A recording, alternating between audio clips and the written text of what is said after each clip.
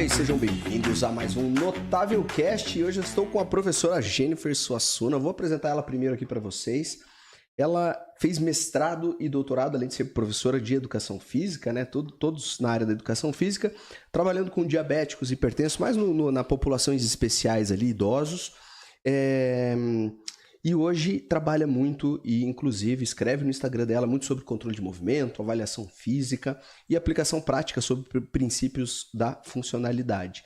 Além de que você é professora da Unip já há alguns anos, né, professora? 9 anos. Queria que você se apresentasse primeiro aí. É uma das nossas professoras da pós-graduação em saúde da mulher. Está aqui em Curitiba hoje. Seja muito bem-vinda. Muito bem-vinda. É uma honra falar para todos os notáveis, né, para essa comunidade. Exatamente. E sou professora Jennifer, sou professora universitária há 9 anos, lá no Centro Universitário de João Pessoa. Trabalho sou professora de algumas disciplinas, né, incluindo grupos especiais e fisiologia do exercício. Trabalho na prática com controle de movimento, como você falou, trabalho com projeto de extensão e pesquisa. Lá a gente atende a comunidade e a gente desenvolve pesquisas dentro dessa área da funcionalidade, do controle de movimento, trabalha também com alguns parâmetros fisiológicos. E no Instagram, como, né, você falou, eu já trabalho também com postura, com avaliação postural, avaliação funcional. Professora? Aproveita aí pra gente falar. @Jennifer Suassuna. Meus dois primeiros. Jennifer com 2 N's, não é com isso? 2 N's. @Jennifer Suassuna. com 2 N's e Suassuna sempre com S. Com 2 S. No meio do Suassuna. Inclusive, esse Suassuna aí, a gente tava conversando sobre isso, né? Tem um parentesco aí famoso. Fala aí desse teu parentesco famoso pra gente. Tem o parentesco famoso com Ariano Suassuna, né? A mesma família Suassuna. Nasceu ali no interior do Rio Grande do Norte com a Paraíba, a família. E é uma família só, né? É uma honra carregar esse sobrenome. Com certeza. Ariano Suassuna, que escreveu O Alto da Compadecida. Isso certo? mesmo. Tem isso aquele mesmo. filme famoso, né? E, inclusive, acho que lançou o Celton Mello, né? Assim, E vai lançar o Alto da Compadecida 2, né? Agora em 2024. Não sabia. O Matheus Nastergalli e o Celton Mello já estão fazendo Eles dois ainda? a divulgação. São os dois, o Chicó e o João Grilo. Que legal. Na versão Alto da Compadecida 2. Muito bom. E olha só, vamos voltar para o nosso tema, então, avaliação postural ou, né, de repente, o trabalho com populações de grupos especiais. Quando a gente fala de avaliação postural, até um tempo atrás a gente conversou sobre isso e eu falei que eu acredito bastante na avaliação postural, que ela não envolve apenas a questão estática, né? Eu tenho cada vez dado menos importância para a avaliação apenas estática, porque quando você tira uma foto, por exemplo, lá, vou tirar uma foto de costas do meu aluno, seja até na consultoria online, né? Deixa eu fazer uma avaliação sua, pede uma foto de costas, e o aluno parado, você não vê muito, né, sobre o que está acontecendo durante o movimento. E a gente tem que lembrar que quando o aluno faz uma remada, uma puxada alta, ele está fazendo, obviamente, um movimento. Não estou em isometria, né? Então está lá puxando a barra. Agora, como que se comporta aquelas escápulas, por exemplo, durante esses exercícios? E, obviamente, que num movimento apenas numa foto, a gente não consegue ter esse parâmetro, por exemplo, do movimento. Então tá aqui já uma coisa que eu acredito que é essa importância de se avaliar o movimento também e não apenas a questão estática. Você gosta também dessa linha ou você... Como você tem trabalhado, professora, suas avaliações? Então, eu também acredito que a avaliação de movimento ela é extremamente importante dentro do contexto.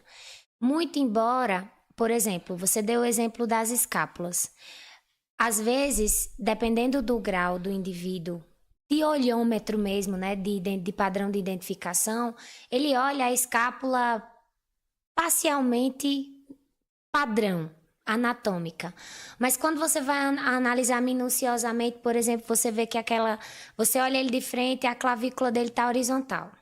A clavícula está horizontal, eu olho ele de costas, a escápula dele está tendendo a rotação inferior. Então, eu já sei que, muito provavelmente, quando ele for remar ou puxar, ele vai ter um grau de sinais escapular. Óbvio que eu não vou ter a noção real, diferente de quando ele realmente está remando, mas a postura ela vai me dar um indicativo de como aquele corpo vai se comportar. Isso não é uma regra, muito embora aconteça em muitas pessoas. Então, às vezes, você analisa o indivíduo pela posição da pelve, pela posição do fêmur ali, entendendo a hiperextensão, a lombar retificada. Você faz assim, parece que, além desses isquiosurais estarem hiperativos, eu acho que esse adutor também está hiperativo. E aí eu já espero no agachamento, por exemplo, uma retroversão pélvica antes de 90 graus. Mas, mesmo assim, a gente sempre trabalha fazendo avaliação de movimento. Então, a gente trabalha lá na nossa prática profissional. Eu não avalio só a postura. Mas por que eu também tiro a foto?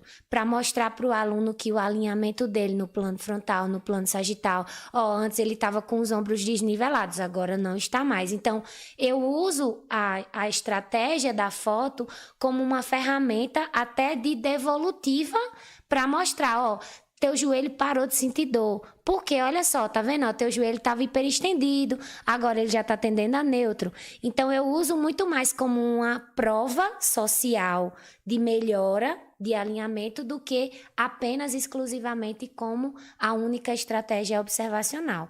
Eu trabalho muito com aqueles testes funcionais que são propostos pela Kendall. Eu não sei se você sabe, mas eu trabalho muito força de flexão de tronco, flexão de quadril, extensão de tronco, extensão de quadril, a própria avaliação da função escapular, fazendo extensão de ombro, flexão de ombro, abdução de ombro, para também confirmar com os dados. Então, eu espero lá que você, pelo seu padrão na sua foto, tenha, por exemplo, o reto abdominal encurtado hiperativo. Mas eu vou te colocar lá na avaliação para ver se esse reto tem força. Por quê? A minha prescrição, ela depende diretamente de como o seu corpo diz o que você precisa a priori naquele momento.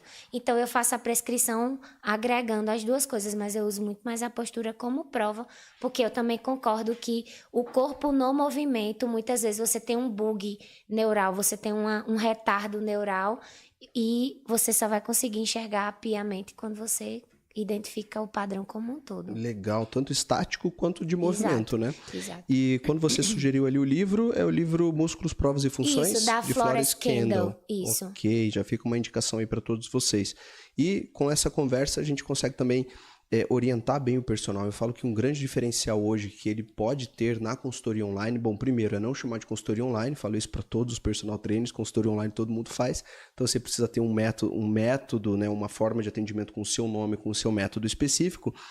E, inclusive, essa avaliação ela pode ser uma avaliação muito mais do que estática. Então, a gente está falando aqui que a estática é uma das avaliações, mas quando você une a estática mais a avaliação de movimento, você consegue ter padrões muito melhores para correção, para uma boa orientação, do que simplesmente fazer uma imagem estática, observar uma coluna que, de repente, visualmente está alinhada, mas, por exemplo, durante um movimento, num agachamento, aparece uma escoliose dinâmica, como você mesmo mencionou. Então, avaliar estaticamente é legal, é interessante, às vezes, até para um padrão de antes e depois. Sim. Né? Antes e depois, é uma forma de você mostrar resultados para os seus alunos, mas também avaliar o movimento vai te dar muito mais parâmetro para a orientação futura desse aluno e, claro, pode ser de maior valor. Olha só, eu tenho, né, um método X, esse programa de maior valor que envolve 3 meses de treinamento, tem uma avaliação do movimento pré e pós. Então, isso exige, aí, nesse caso, claro, mais trabalho do professor, mas um valor agregado ao atendimento online dele. Eu acho isso fantástico, porque se a gente não fala isso pro personal, fica sempre na mesmice, é sempre aquela fotinho, tira a foto de frente, tira costas e vai lá e faz o agachamento. Agora, como o aluno está fazendo agachamento, aí ninguém sabe, né? Então, são possibilidades que a gente tem de atendimento, né? Possibilidades diferenciadas de atendimento. E você que atende bastante grande número de pessoas, e você tem falado que você tem atendido também bastante idosos, sabe a dificuldade que é atender esse público especificamente. Quando a gente fala em movimento, né? Imagina, tirar uma foto de um idoso é uma coisa, agora pedir para ele fazer um movimento tipo um terra, faz um movimento de tirar uma barra do solo, tirar alguma coisa do solo, é uma dificuldade imensa. Concorda comigo? Imensa. E assim, é importante nessa perspectiva de idosos a gente entender que muitas vezes no idoso o meu objetivo não vai ser o mesmo que no meu aluno jovem, por exemplo, que quer hipertrofiar ou que quer, né, ganhar mais Objetivo força. mais estético, de repente. O objetivo no idoso é devolver a funcionalidade real, é devolver força, é dar hipertrofia para ele, é melhorar a função óssea. E muitas vezes as pessoas acham também para o outro lado. Ah, tá, então não vou me preocupar com o idoso, com o fato de... Eu não vou corrigir a postura do idoso. Muitas vezes eu não vou conseguir corrigir como eu conseguiria corrigir num jovem, mas eu consigo melhorar. E muitas vezes a preocupação, se eu tiver essa preocupação dentro da conduta de avaliar meu idoso, de avaliar funcionalmente ele no movimento e de considerar isso na prática, eu vou prevenir ou atenuar o efeito de uma bursite, de uma artrose, de uma hérnia de disco e assim sucessivamente, que são coisas que acometem com muita frequência os idosos. E assim, hoje, os idosos que a gente tem em atendimento, eles melhoram muito similarmente aos jovens. Inclusive, eu ouso dizer que eles melhoram mais porque eles são mais assíduos no treinamento. Como o treinamento que a gente oferece é gratuito, a gente tem alguns poréns, né? Porque quando é gratuito, o povo não quer ir e acabou. E aí... Como eles são muito fiéis, eu acredito que todos os resultados que a gente tem neles é porque justamente eles são muito assíduos, são muito fiéis e são muito ali empenhados, comprometidos com o treinamento. Durante o meu mestrado, com certeza. Durante o meu mestrado, quando a gente fala idosos, cara, eu também trabalhei com idosos durante o meu mestrado e é impressionante, né? Porque você faz uma chamada para acrescentar idosos num projeto de pesquisa e você perde muito poucos, né? Assim, eles são assíduos, eles são leais a você até o final, né? Você precisa ali de 2, 3 meses de treinamento, às vezes, ou de avaliação, enfim, do que seja, e ele tá ali com você. E como você falou, no final da minha pesquisa, inclusive, a minha dissertação de mestrado apareceu até no Globo Repórter. Foi uma das chamadas do Globo Repórter quando a gente fala sobre treinamento para idosos, treinamento de força e a relação até entre equilíbrio, né, que é uma das coisas que eu estava avaliando através da biomecânica, através de uma plataforma de força, biomecânica, equilíbrio e sono também. Será que aqueles que dormem bem, conseguem ter melhor equilíbrio, e, enfim, e a avaliação disso. E é impressionante como eles são assíduos e como eles são ali pontuais, né, no treinamento, independente do que você está fazendo. Agora, se você vai trabalhar com jovens, aí tem um grande problema, né? É porque às vezes você tem regras, né? Ah, não pode fazer tal coisa, não pode beber, né? Bebida alcoólica X horas antes, de repente, de um treinamento para não ter uma influência. E aí você tem uma dificuldade bem maior, né? Quando eu me propus na época do mestrado e do doutorado, eu já disse logo para minha orientadora, eu disse, eu só trabalho com idosos. O foco no mestrado foi um, no doutorado foi outro, mas o público era o mesmo, porque... é o público mais fiel, né? Meus alunos sofrem para fazer pesquisa com gente jovem, porque você diz assim, vou fazer uma pesquisa, vou avaliar, como o semestre passado eu tive um grupo de alunos, a gente fez uma avaliação biomecânica em praticantes de musculação e a gente fez com ativação de eletromiografia, para ver se os praticantes estavam ativando realmente aquele grupo muscular que era proposto. Então, a gente fez exercícios básicos, fez remada, puxada, terra, agachamento, supino, eu acho que foi desenvolvimento, e foram 8 exercícios.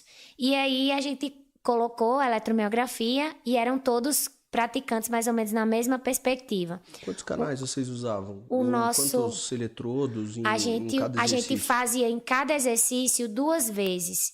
A gente usou 16 canais. Porque a gente fazia 8 e 8. Entendi. Para poder pegar o segmento todo. Porque não dava para fazer... Direito e esquerdo, por isso? A gente fez porque a gente pegava tronco e o segmento.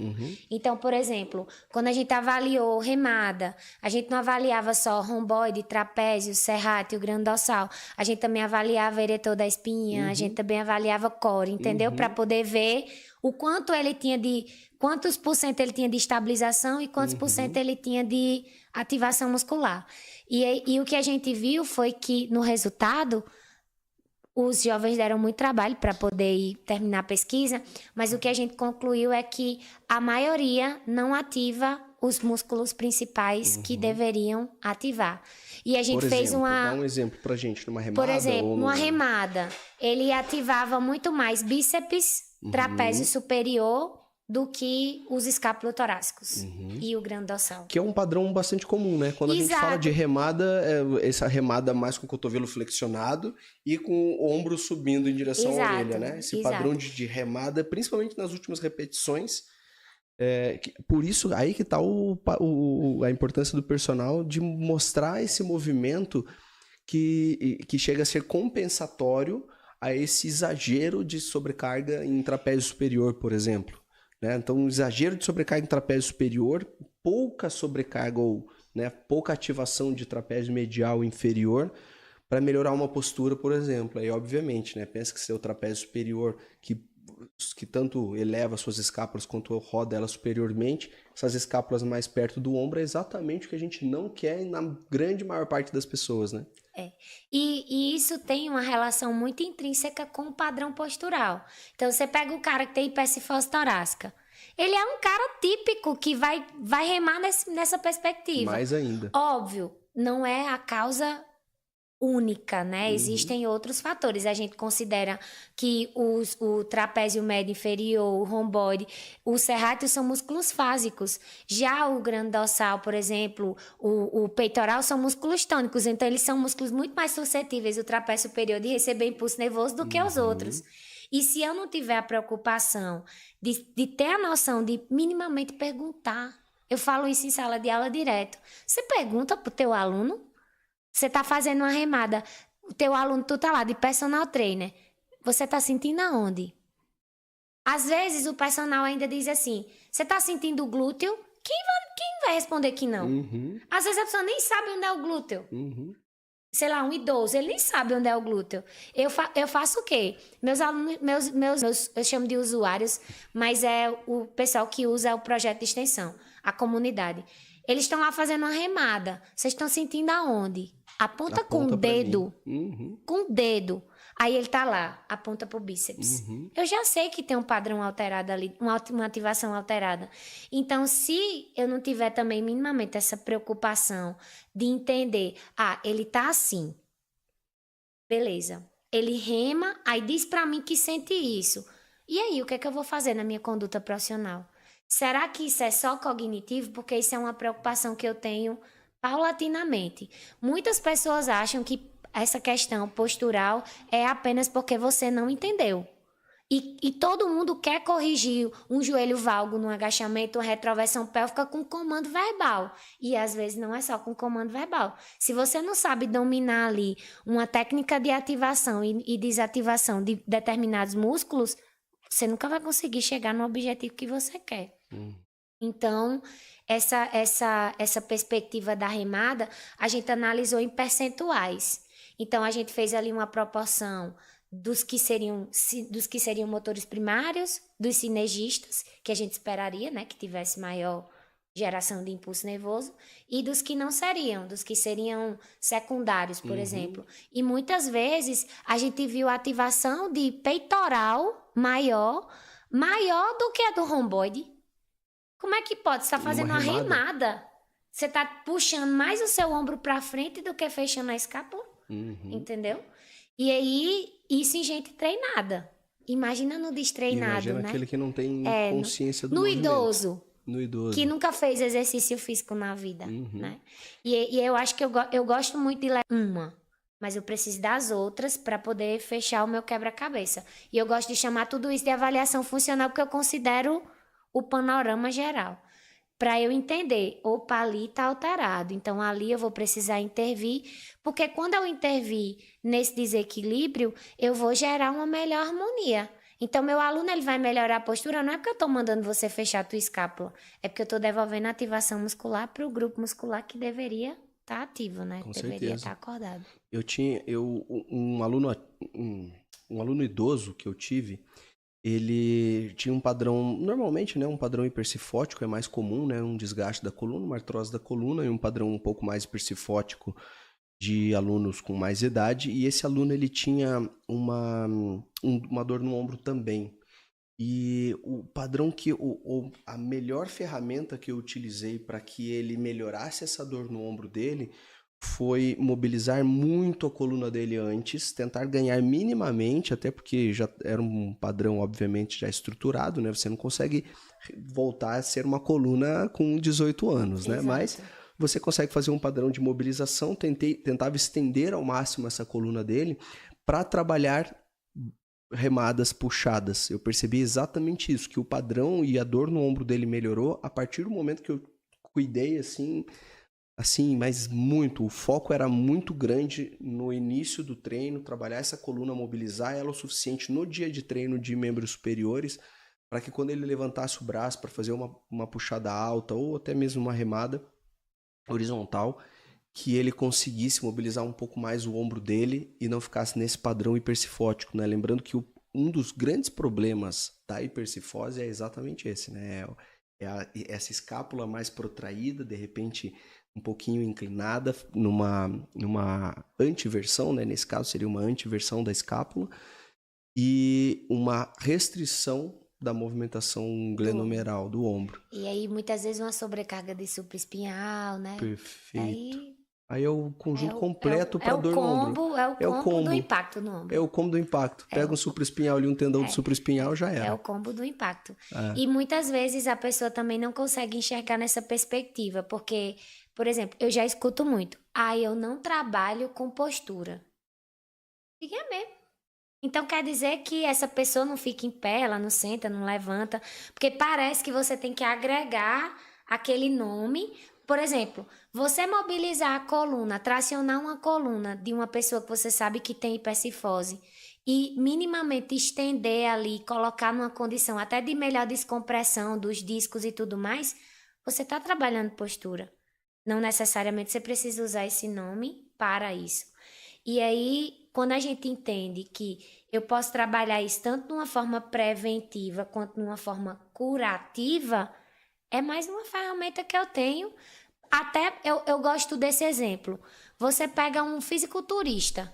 O fisiculturista, muitas vezes, o que é que o pessoal faz? O cara que está fazendo a preparação, ele percebe que o cara tem uma escoliosezinha ali.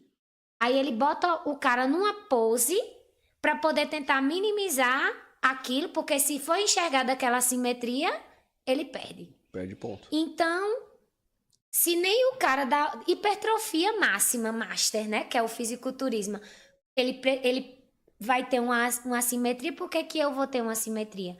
Então, se eu melhorar uma assimetria, eu vou dar uma melhor condição biomecânica para aquelas articulações. E eu gosto muito dessa perspectiva curativa, dessa perspectiva de entender que eu posso usar essa estratégia tanto para o desempenho, para eu potencializar uma hipertrofia, para eu gerar uma hipertrofia mais harmônica, mais simétrica, quanto para melhorar a dor no ombro da pessoa que tem uma dor no ombro. E quando você fala de hipertrofia, você falou agora há pouco para mim que você não tem trabalhado em circuito com esses idosos, justamente para dar um foco maior, então, na hipertrofia, muito provavelmente para dar aquele intervalo um pouco maior, para que você consiga até fazer um nível de esforço, né? Um esforço maior com esses idosos durante os exercícios, por mais que seja com o peso do corpo, e aí pode ser, né? A gente sabe que um agachamento unipodal, uma subida num banco com uma perna só, ele realmente é bastante intenso dependendo da pessoa, inclusive para um idoso é bastante intenso mesmo. É assim que você tem trabalhado com os seus alunos, nos seus projetos? Exato. Então, antigamente eu trabalhava aquele circuito padrão, com habilidades motoras, padrões de movimento, empurrar e puxar, na vertical, na horizontal. E quando eu comecei a inserir essa avaliação mais funcional específica dentro da conduta, eu comecei a estruturar o treino igual como a gente estrutura o treino na sala de musculação, no estudo de treinamento. Então, eles fazem toda uma preparação de movimento. Eu trabalho com tração de coluna, com alguns exercícios, porque eu tenho muita gente com hérnia, com escoliose estrutural. Eu trabalho a parte de mobilização também e eu trabalho a parte de força. Então, primeiro é o treino de força para os grupos musculares que eles precisam. Hoje, por exemplo, eu praticamente não trabalho peitoral. Porque a maioria do meu público que eu atendo tem o peitoral extremamente forte, encurtado e hiperativo.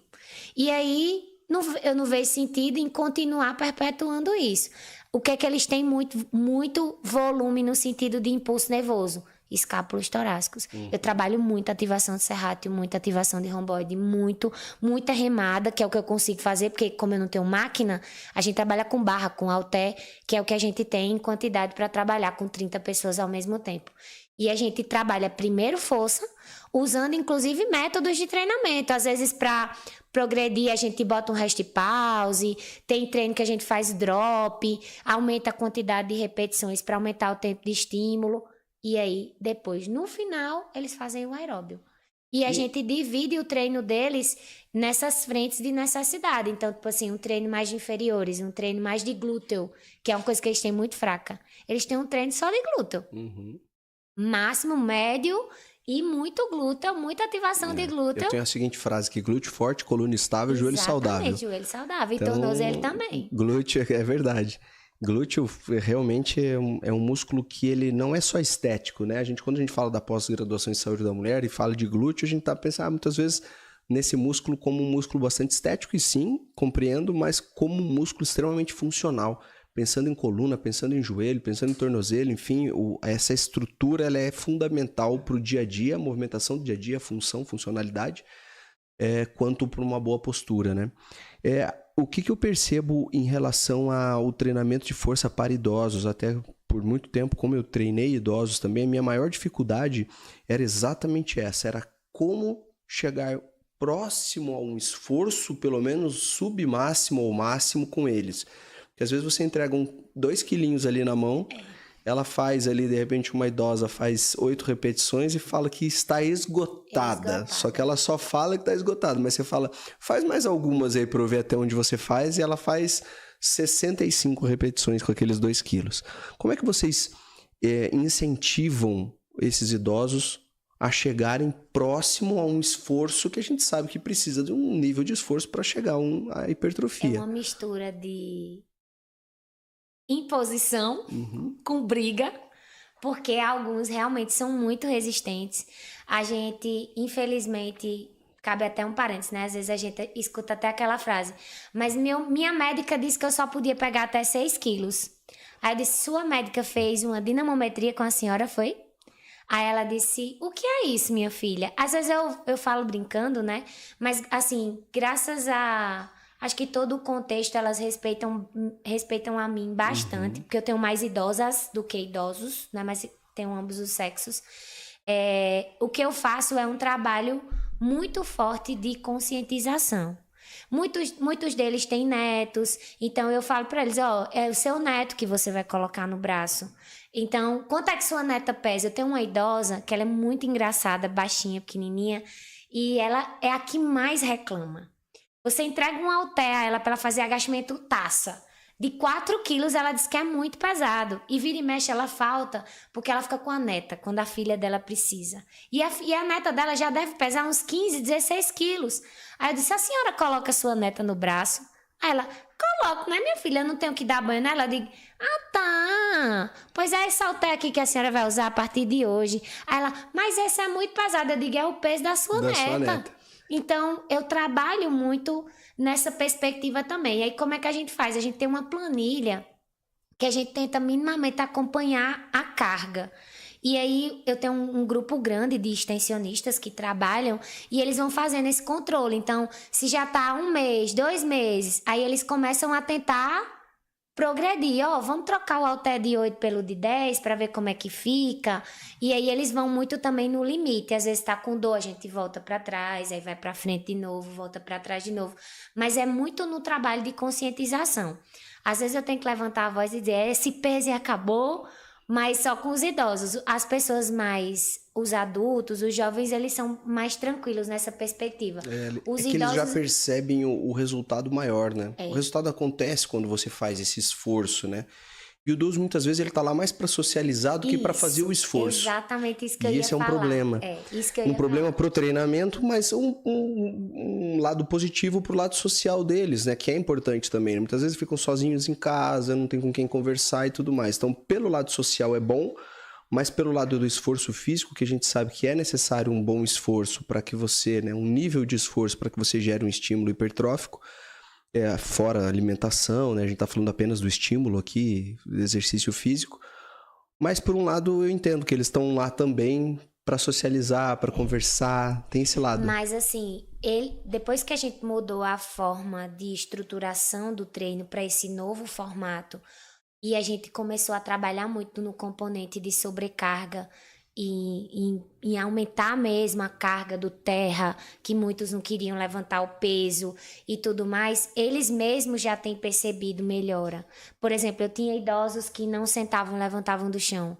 Hoje senta e levanta do chão na maior agilidade. Eu tinha idosos que não conseguiam cortar a unha do pé, porque não conseguia ter uma mínima mobilidade de coluna nem de tronco para fazer isso. E assim, o resultado numérico disso em dados de pesquisa é assim avassalador, assim, em gramas que a gente ganha de massa muscular. E olha que a gente não trabalha lá com acompanhamento nutricional. É o acompanhamento que eles regularmente, a alimentação habitual deles. Deixa livre a Isso, alimentação. é livre. E a gente faz composição corporal também, é uma das coisas que a gente avalia, até para mostrar no final do semestre, eu monto um slide individual. Então eu venho lá, André, ó, esse aqui é você estava assim, assim, assim, assim, você agora tá assim, assim, assim, assim. Eu faço os testes funcionais, a composição corporal, e aí eles ficam já todos esperando, na expectativa do final do semestre, do que eu vou dizer que eles melhoraram. Uhum. Então, isso também ajuda no fato da resistência com relação ao aumento do componente sobrecarga. Mas é um desafio. É um desafio, né? Sabe que eu tinha um aluno que vinha de Brasília para Curitiba, ele morava em Brasília, tinha casa aqui em Curitiba, ele vinha de lá para cá, e quando ele chegava aqui, ele pedia para eu atender ele no hotel que ele ficava. E esse aluno já tinha uns 70 e poucos anos e ele era meio gordinho, assim, bem gordinho, posso dizer. E você sabe que ele me pedia para melhorar o movimento de rotação de tronco dele. Eu não entendia muito bem o porquê, tanto inclinação quanto rotação de tronco.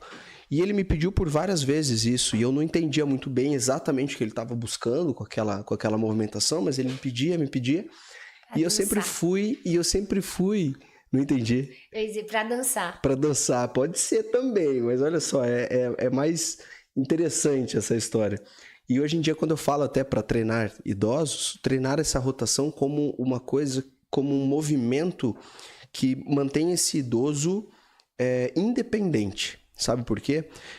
Depois de insistir com ele, então, de tentar entender o porquê que ele estava querendo aquele movimento, ele me confessou que era porque ele estava com dificuldade de fazer sua higiene íntima.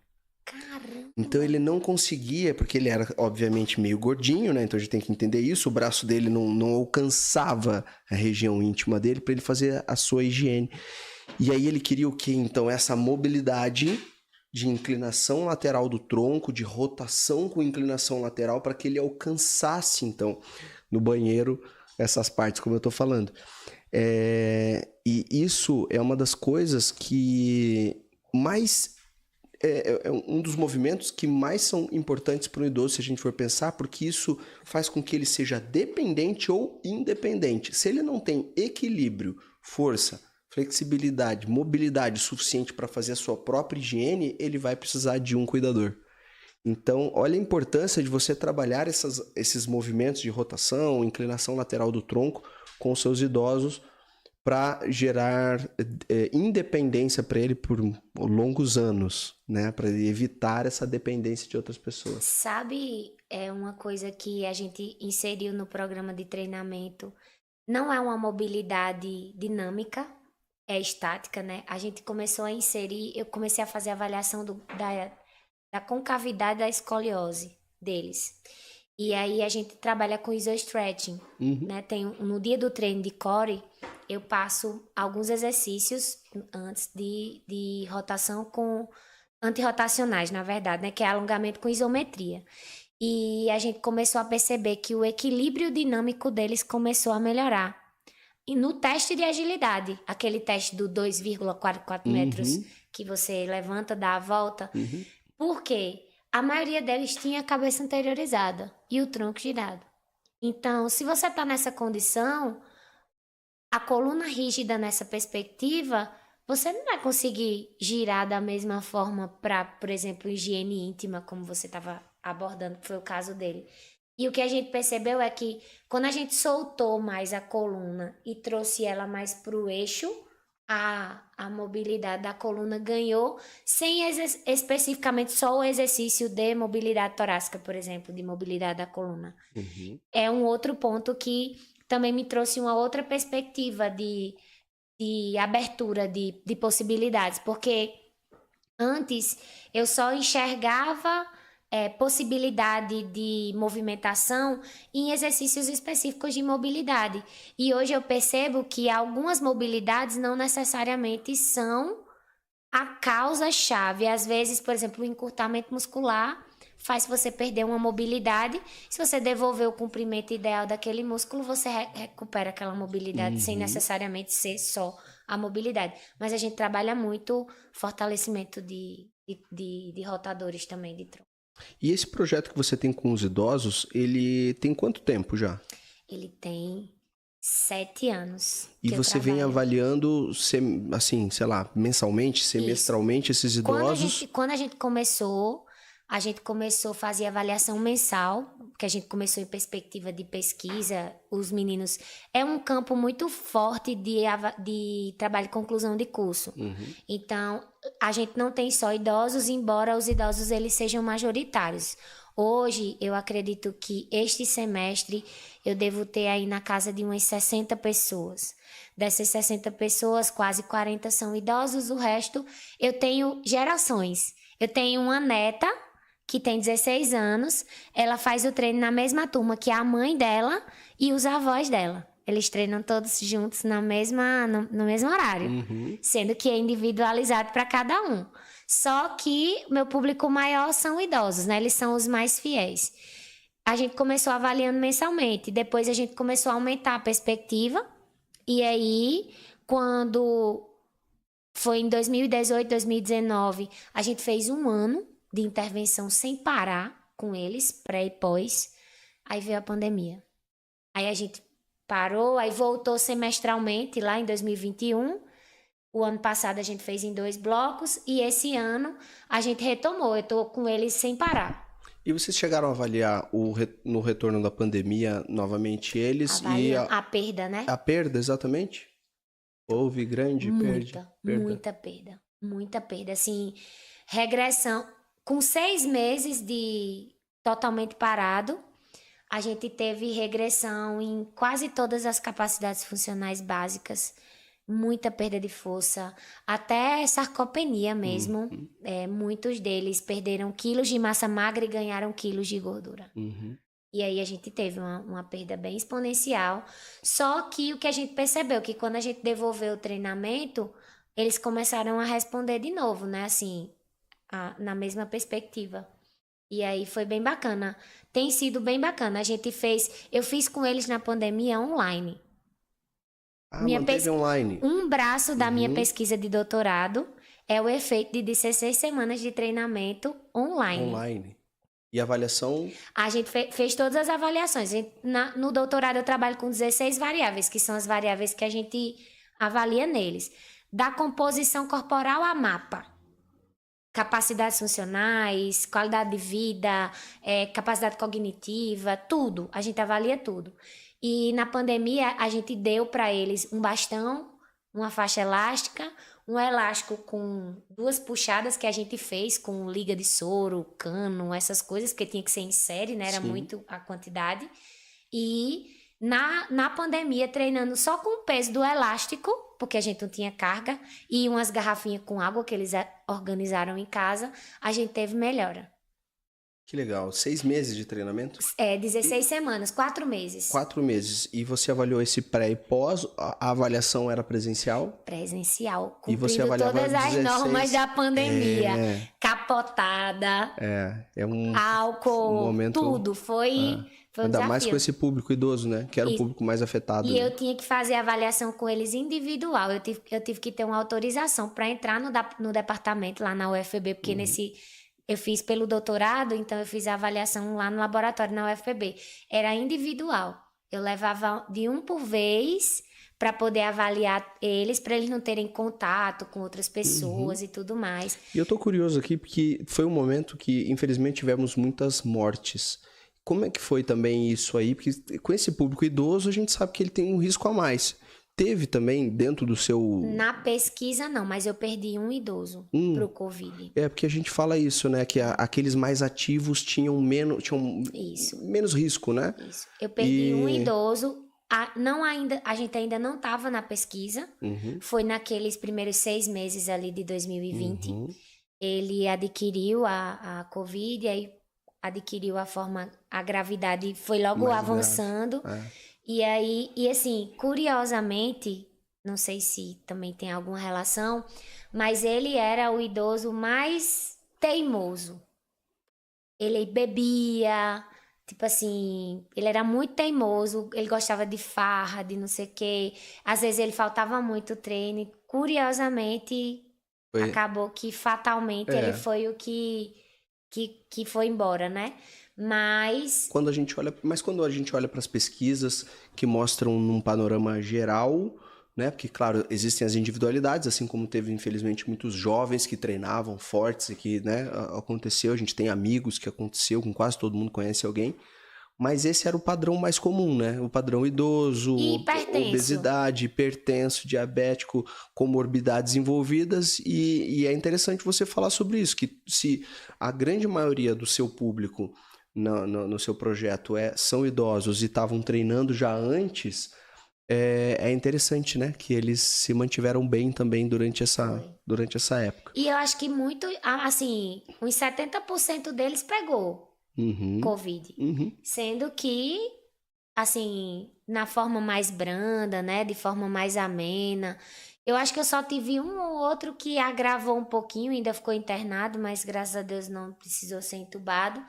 Mas, assim, está lá firme na promessa do Senhor. Estão todos lá, eles juntos, né? Que bom. E quando a gente está falando de avaliação física, você falou 2 vezes sobre avaliação de composição corporal, né? E é um dos temas, né? Eu vou aproveitar esse momento aqui, olha. Pessoal, quando a gente fala de avaliação, seja avaliação física e funcional, a professora Jennifer Suassuna é uma das professoras da nossa pós-graduação em Saúde da Mulher. E se você quiser saber mais sobre a nossa pós-graduação em Saúde da Mulher, em algum vai existir aqui um QR Code, um botão para você acessar e fazer parte dessa turma atual ou das próximas turmas, caso a gente tenha a lista de espera, para que vocês conheçam um pouco mais sobre a nossa pós-graduação em Saúde da Mulher, que temos apenas professoras. Foi um desafio, falo para vocês, foi um desafio encontrar apenas professoras para estarem presentes na pós-graduação em Saúde da Mulher, e tem eu também, mas o restante, né, eu como coordenador, o restante são professoras. Fica aqui já o meu convite para vocês, para que você se torne um especialista nesse que é o maior nicho da educação física, o maior nicho para personal trainers e, inclusive, um nicho mais inteligente, que eu falo, a mulher é mais inteligente, ela sabe que ela precisa de ajuda, ela é mais assídua também, ela paga mais sem reclamar do que o homem acha que ele pode fazer tudo sozinho, que para ele tá tranquilo, mas a gente sabe que... E, claro, a mulher gasta muito mais com cuidados pessoais, saúde, beleza, do que o homem, né? Então é um grande público e a gente fala, personal, se especialize num nicho, não seja só apenas um personal clínico geral que atende todo mundo. Faça parte desse público que é nichado, desse personal que é nichado e que tem mais procura pelo seu trabalho. Agora, voltando à minha pergunta, quando eu falei ali de avaliação postural e física, a gente falou um pouco de avaliação postural, agora entrando na parte física. Você tem avaliado tanto seus idosos quanto, nos seus projetos, na sua avaliação física, através de bioimpedância, através de plicometria, o que você tem visto como sendo barato, fácil, preciso, né? Porque o personal hoje ele ainda usa muito essas ferramentas. O que você acha? Então, lá na faculdade que eu dou aula, né? A gente tem uma bioimpedância muito boa, que é o 720, né? Ele é validado cientificamente. Eu acho que é um dos... De todas as bioimpedâncias, é um dos que mais se aproximam ali de uma... De qual marca que é? Ele é Embody. É o Embody, né? O Embody, ele é o mais... Embody. Exatamente. Ele é ele é o mais famoso que tem, né? E ele é um dos masters, assim. O modelo que tem lá é aquele modelo que ele tem um pedestal Isso, e tem um painel, e o painel, você consegue inclusive ver o dado no painel, ele não é só aquele fiozinho que, né? E, assim, em relação a custo-benefício, para nós é o que vale mais a pena. Essa questão de dobras nos idosos é um pouco mais complicado, né? Por causa da questão da pele, as idosas, né? O próprio processo do envelhecimento, a gente trabalha com a bioimpedância. Se bem que, como existe a parceria lá com a UFPB, a gente também tem lá na UFPB o BodPod, que é aquela cápsula. Não sei. Você nunca viu? Não. Lembra quando Ronaldo Fenômeno fez o Medida Certa? Que ele entrava dentro de uma cápsula que parece uma coisa assim, um foguete futurista. Não conhecia por esse nome apenas. É uma pletismografia por deslocamento de fluxo de ar. Isso. São múltiplos raios e aí é como se fosse, eu vou falar uma besteira, mas para ficar mais fácil de entender, como se fosse uma ressonância inteira. Sendo que ela avalia especificamente a composição corporal, né? E aí, o BodPod, ele tá disponível pra gente, embora ele seja um pouquinho chato para avaliar, porque ele precisa calibrar a máquina e tudo mais. O que a gente tem feito mais são o DEXA, a gente faz densitometria, porque lá na UFPB tem, e a gente trabalha lá com o DEXA, inclusive temos resultados incríveis com melhora de score na coluna, com aumento de massa muscular, de massa óssea na coluna. E a gente faz o InBody 720 com a bioimpedância, né? Para nós, em âmbito de pesquisa e também de resultado que a gente traz para eles, tem atendido as nossas expectativas. E o resultado de massa muscular do DEXA, ele é semelhante ao do InBody, da bioimpedância? Você tem observado isso? Então, ou você só usa o DEXA para avaliar massa óssea? A gente está usando o DEXA só para massa óssea. Então, o que a gente está agora treinando lá na UFPB para aprender a usar é o ultrassom, para poder ver área muscular, né? Para a gente poder também avaliar a hipertrofia de área real. E aí, a gente ainda não começou as pesquisas, porque estava vindo uma pessoa dar um treinamento, mas o InBody dá a massa magra. Ele dá a massa magra, a massa livre de gordura, a estimativa tanto em quilos quanto em percentual. E a gente tem usado ele no indicativo, por exemplo, muitas vezes deu aumento de força de membros inferiores. E aí aumentou ali os X gramas de massa magra, muscular. Isso. E aí a gente consegue fazer esse combinado.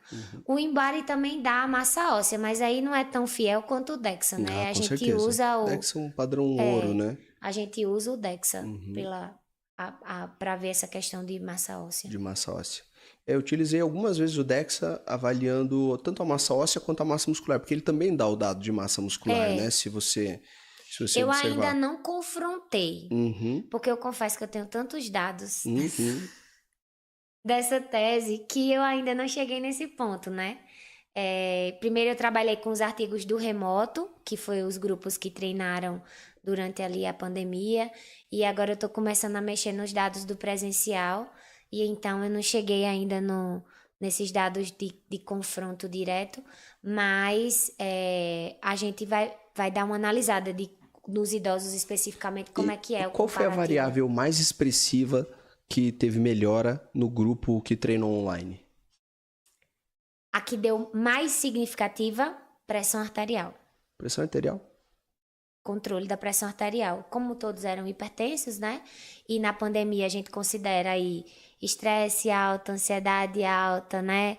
Todo o contexto, tanto das perdas quanto do isolamento e tudo mais. A redução do risco cardiovascular. Eles melhoraram qualidade de vida em score mesmo, numérico, para a condição da pandemia, que também piorou muito os parâmetros psicológicos, isso é uma coisa boa, e o índice geral da funcionalidade daquela bateria de Hickley-Jones, a bateria de aptidão funcional. Claro. Eles ganharam força, principalmente de membros superiores, ganharam agilidade, resistência aeróbia, foi o que eles mais melhoraram. Mas eles também melhoraram flexibilidade, mobilidade, né? Os testes de mobilidade. O único parâmetro que não aumentou muito, que eu acredito que tenha sido pela ausência da sobrecarga, foi a força de membros inferiores. Então, eu acredito que o elástico causou muito mais sobrecarga nos membros superiores do que nos membros inferiores. De repente porque a gente precisa de mais carga para membros inferiores, né? Utilizar um elástico só apenas... E a gente não tinha como adaptar, porque, por exemplo, a gente até fez o terra com 2 halteres de garrafa de água, mas era muito pouco peso pouco, né? Para o que eles precisavam. Porque 2 halteres de garrafa de água, se forem de 2 garrafões... litros é 4 quilos. É isso mesmo. Se fossem garrafões de 5 quilos, seriam 10 quilos e é mais ou menos isso. Normalmente o neto já passa de 10 quilos, ele tá, sei lá, 2, 3, 4 anos já tá com... Minha filha Mas tá assim, considerando que estávamos numa condição de isolamento, hoje, por exemplo, eu enxergo a telereabilitação como uma ferramenta que é totalmente possível.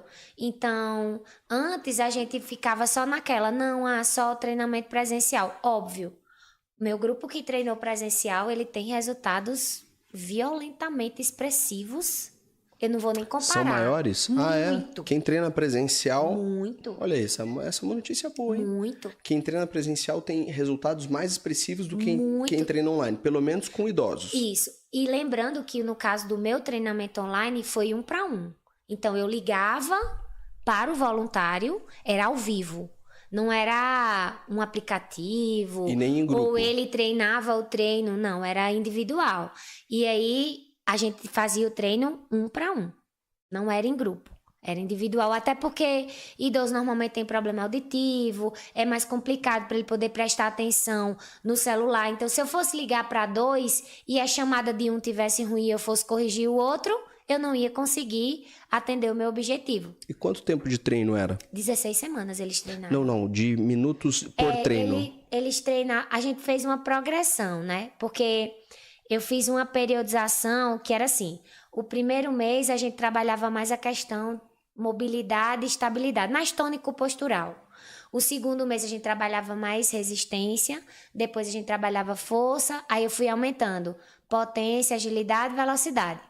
Então, a questão do cardio no final do treino, foi tudo organizado nessa perspectiva. Então, a gente fez uma progressão. Mas o treino durou ali uma média de 40 minutos a 1h15, aproximadamente, do início até o final, né? Das 16 semanas. A mesma coisa no presencial. Só que o presencial tinha carga. E era em grupo.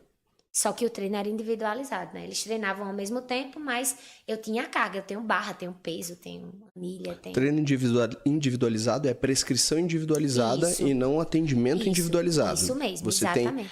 E como você disse, normalmente são os voluntários da graduação para fazer um TCC e obter algum dado. Então, eles que ajudam, auxiliam esses idosos na execução dos exercícios. Isso mesmo. É isso? Isso mesmo. E aí, tipo, o presencial não é injusto comparar com o remoto.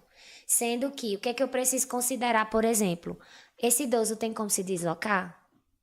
Ele consegue ir sozinho? Ele tem independência para ir até você treinar presencial? Porque se ele não tem essa possibilidade, o online é uma ótima possibilidade, entendeu? Ele é uma Teve resultados no online, é isso que a gente tem que entender.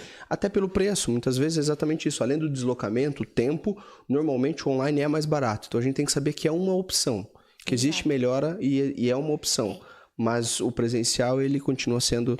O presencial, a presença física do personal, do atendente lá, ela é indispensável, assim... Não tem, infelizmente ou felizmente, isso, né? Não, é bom a gente falar isso, para mostrar o valor do presencial, né? E o porquê o presencial ele tem que ser mais caro do que o online normalmente, vamos considerar assim, né? Normalmente ele tem um valor mais substancial, né? Ainda mais se for realmente... No presencial ele é ao vivo e a 1 hora que o aluno fica ali, o personal tá ali também. Então, às vezes no online, claro, você pode deixar gravada a aula e você acaba repassando. Então, você tem uma economia de tempo que é bastante valiosa, mas ao mesmo tempo, normalmente, o valor desse produto ele é menor. E tá aí até uma justificativa que a gente encontra. Se na pesquisa o online ele gera menos resultado, é mais um motivo para o presencial ter um valor agregado maior. Né? Na verdade, nos artigos a gente está tentando levar para a perspectiva seguinte de possibilidades. Então, se a única possibilidade ou a possibilidade mais viável for o online, ele também funciona. Mas, obviamente... Pensando na saúde da população, o ideal é isso, né? Exato. Não, a gente está vendo possibilidades. Entre ele não fazer nada e não ter nenhum benefício, ou pelo contrário, ter vários efeitos deletérios daquele processo, daquela condição de comportamento sedentário, e ele ter um treinamento online, mesmo que não seja com o melhor peso, com a melhor carga numa academia, ele vai ter muito mais benefício do que se ele não fizer nada. Então, é muito mais nessa perspectiva. Já quando a gente está falando agora nos estudos mais presenciais, a gente está justamente ressaltando essa importância que você está falando. Esse valor agregado da pessoa, personal trainer, do treinamento ser baseado na necessidade dele e de respeitar todo esse contexto que a gente está discutindo de como é que eu posso fazer com que ele evolua, fazer com que ele progrida, fazer com que tudo isso... tem muito mais valor, não só financeiro, mas valor agregado do que qualquer outra coisa. Não tem comparação. E falando sobre a avaliação postural que a gente estava falando agora há pouco aqui, me surgiu mais uma dúvida, quero perguntar para você. Quando a gente fala de avaliação postural e pensando exatamente nesse público feminino, então agora, né? A gente falou bastante sobre idoso, quando a gente fala sobre o público feminino, que é o foco até, inclusive, da sua aula na nossa pós-graduação em Saúde da Mulher amanhã. Quais são os detalhes da postura em mulheres que fazem toda a diferença para a questão estética? Né? Onde que você vê as melhoras posturais voltadas para estética que geram grandes resultados na parte estética, né? Muitas vezes a gente quer, será que eu preciso reduzir a gordura ou será que eu posso melhorar uma questão estética e eu consigo já aparentemente, né? Não tenho efetivamente uma redução de gordura, mas eu já tenho aparentemente uma melhora dessa situação. Vamos lá, algumas. Primeiro, joelho. Principalmente joelho valgo com fêmea-rotação interna, não tem hipertrofia de vasto medial, de quadríceps. Aí ela treina quadríceps, faz todo o treino de quadríceps, os dois fêmeos girados. Aí às vezes você melhora um pouquinho essa rotação, o quadríceps, o vasto medial começa a aparecer, aí ela começa a ver o quadríceps desenvolvendo. Outro ponto, pelve. Embora a literatura científica antiga, porque eu acho inclusive que essa literatura pós-pandemia merece um plus adicional. Porque se eu pego, por exemplo, o livro que você deu como recomendação, o da Kendall. A Kendall fez a avaliação em não sei quantos mil pacientes, quando ela fez a descrição lá das posturas. Na verdade, ela fez baseada no Vladimir Janda, né, que falava muito de controle de movimento. E aí, o que é que ela dizia? Não, espera-se que mulheres tenham mais tendência a ter a lordose lombar aumentada por causa da pelve ser mais larga. O que a gente está vendo na prática profissional. A maioria das pessoas tem tendência a lombar retificada e pelve rodando para trás. Ou seja, a extensão, a retroversão, como a gente conhece no popular. Então, se eu melhoro, se eu devolvo um pouquinho a função lombar para aquela mulher e ativo o glúteo, eu tiro aquele glúteo batido, aquela bananinha que fica embaixo, o glúteo na posição alongada, muitas vezes morto, sem ativação, sem função. Quando eu devolvo a função do glúteo, além de melhorar a saúde do joelho, do quadril e tudo mais, eu ainda tenho um ponto específico que ela vai ter a impressão de que ela tá mais empinada para frente. O bumbum empinou. Exato. O glúteo acordou. Porque você está falando isso, então, uma pelve mais em retroversão, é como se aquele glúteo tivesse assim caído para baixo, assim, né? Aquela famosa o cachorro fazendo cocô, assim, exatamente. Com aquela pelve daquele jeito, aquela bundinha para baixo. Exatamente. E na prática o que você tem visto é isso. Mesmo nas mulheres, se você faz um trabalho específico do conjunto, né? Cintura pélvica como um todo, obviamente, mas que você reposiciona essa pelve você já consegue melhorar o trabalho de glúteo, já consegue reposicionar um pouco melhor o joelho, lembrando que o glúteo, né, o complexo póstero-lateral que vai tracionar esse fêmur em rotação externa, exato. melhora o posicionamento do joelho, dá até para enxergar melhor o próprio vasto medial, ou vastos como um todo, quadríceps como um todo, você enxerga já melhor no espelho, já fica um pouco mais bonito. E pelve também, e glúteo também, só numa melhora de Aí juntando postural. isso, eu ativo cintura escapular, o peito estufa, fica cinturada, pronto. Eu nem preciso me preocupar tanto com a questão da composição corporal. Mas é impressionante. E é uma melhora que eu acho que, desculpa, mas eu acho que é uma melhora que ela é até mais rápida do que a de composição corporal. Muito mais. Quando a gente fala de composição corporal, vamos lá, 2, 3 meses, claro que vai depender da própria composição da pessoa. O ganho de massa muscular ele é muito lento, claro que a redução de gordura ela pode ser um pouco mais expressiva, mas o ganho de massa muscular é muito lento. Só que se você já reposiciona essa pessoa, a parte visual, estética, ela é já muito mais rápida e imediata do que o ganho de massa muscular a ponto desse glúteo, por exemplo, ficar mais volumoso pelo ganho de massa muscular. Vou trazer um ponto peculiar aqui agora que eu lembrei. Eu fui questionada uma vez num curso. Um aluno disse assim, professora, por que as praticantes de CrossFit todas têm a bunda batida? Todas têm o glúteo batido. E aí eu fui fazer uma análise. Repare, o CrossFit em si tem muito exercício de dominância de quadril. Muita dominância de quadril. O glúteo é o principal extensor da pelve. Por que eles estão fazendo exercício de dominância de quadril e o glúteo tá morto? Na verdade, deveria ser o contrário. E não é. E aí, o que a gente analisa, por exemplo? Muitas vezes a tal da técnica que foi aprendida, obviamente que isso merece uma ressalva, porque nem é todo mundo que ensina a técnica errada, nem é todo mundo que faz a técnica errada, mas a tal da técnica, muitas vezes, quando ela não é executada de forma correta, junta com o padrão de inativação, aí as crossfiteiras só tem braço, não tem glúteo.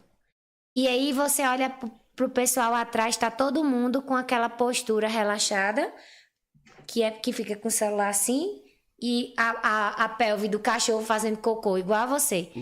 Eu ouso dizer que de cada 10 mulheres que eu avalio, hoje, 9 tem a pelve em retroversão, ou tendendo a retroversão, ou perdendo a inclinação anatômica, aqueles 10, 15 graus que eu deveria ter de inclinação, o plano da espinha ilíaca com a sínfise púbica. Para manter a lordose anatômica, a espinha ilíaca está indo para trás e a sínfise púbica vindo para frente. Lá no Nordeste a gente chama de uma umbigada. Uma umbigada? Dá uma umbigada. Esse é o padrão postural, é uma umbigada. O que é uma umbigada? É botar o umbigo para frente. Tá. Automaticamente você vai recolher o glúteo. Então você vai se colocar naquela posição. Aí, quando a gente tá dando curso, a gente pergunta assim, essa pessoa aqui, ela tá empinando o bumbum, que seria uma hiperlordose, né? Seria um aumento de lordose lombar, ou ela tá dando uma umbigada? Aí, não, ela tá dando uma umbigada, o umbigo dela tá tendendo muito mais à frente, ou seja, a sínfise púbica tá mais à frente do que a espinha ilíaca. Ela tá perdendo a lordose anatômica, porque a pelve tá conectada com a coluna, e aí essa relação aí é uma relação que inclusive mexe muito com a questão feminina, porque ela não entende que o glúteo dela às vezes não está desenvolvendo porque ele não está numa posição, ele não está na posição biomecânica favorável para o atendimento, para a geração de impulso nervoso para ele. Mas se a gente for na síndrome cruzada de Janda, né, pensando nessa posição, seria como se o glúteo então tivesse bastante ativo, o abdômen também, então o abdômen bastante glúteo ativo. Não, posterior de coxa. Ah, é por isso. É porque você está considerando essa inclinação da pelve mais pelo posterior de coxa. Exato. Posterior de coxa e muito adutor. ativo, adutores também, eretores da coluna aí agora pouco, né? Um pouco ativos os eretores e também os flexores do quadril. Exatamente. Pouco para muito abdômen também, de repente. Exatamente. E posterior de coxa. Exatamente. Puxando essa pelve, lembrando ali, né? Posteriores exato, porque olha só. Tuberosidade isquiática puxando essa pelve para baixo. Porque quando eu tenho... Quem é que tá ali no quadril que mantém o centramento articular? Glúteo e psoas. Aí eu fico com a cabeça do fêmur com o movimento ideal. Mas se eu jogar a responsabilidade para o isquio ou para o adutor, por exemplo, eu tô longe da inserção do centro do quadril. Aí o que é que isso vai fazer? Isso vai puxar no movimento numa condição mais anormal. E aí ainda vem a história. O glúteo é fásico, o isquiosural é tônico. Então ele tem muito mais facilidade de receber impulso nervoso do que o glúteo. Numa condição, quem vai ficar ganhando a força? Os isquios e o adutor. Aí a pelve vai puxar para baixo. E aí, muitas vezes, para poder fazer a função de glúteo ou de função lombar que eu não teria, eu ainda sobrecarrego os paravertebrais lombares. Aí o quadrado lombar fica todo rígido. Aí essa é a pessoa mais, inclusive, difícil, desafiadora de você devolver função. Porque, por exemplo, muitas vezes numa ativação, você pega uma pessoa com lombar retificada, você vai fazer um treino de dorsais. Você joga ali um Superman para poder dar uma ativada na linha.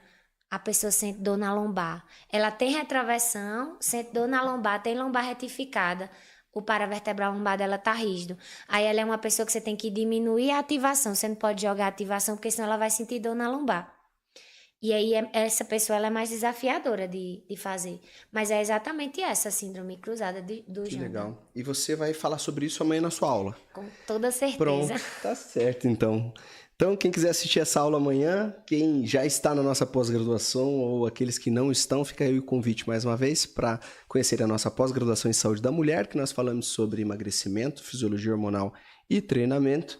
E hoje eu falei com a professora Jennifer Suassuna, do @Jennifer Suassuna, Jennifer com 2 N's.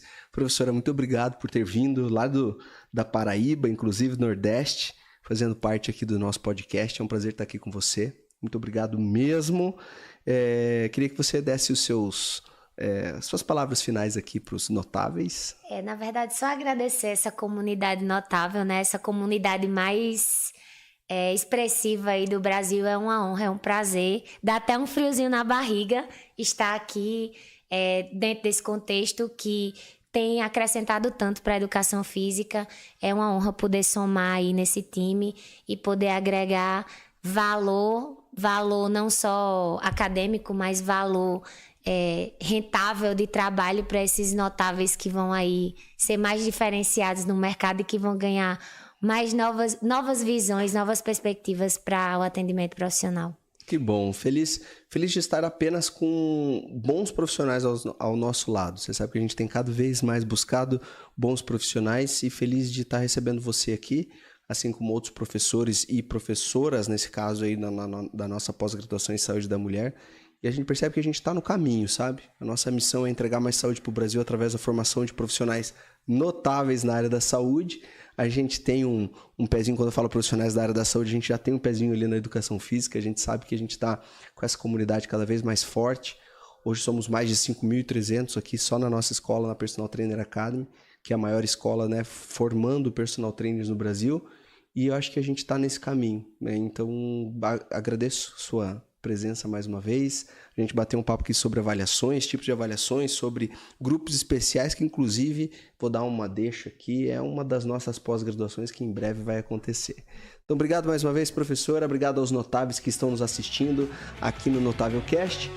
E espero que vocês tenham gostado da nossa conversa de hoje. Sigam a professora Jennifer Suassuna no @Jennifer Suassuna para saber um pouco mais sobre o que ela faz e sobre o trabalho dela também, sobre tudo isso que ela falou hoje. E nos encontramos no próximo Notável Cast. Em breve teremos mais episódios. Obrigado e até mais.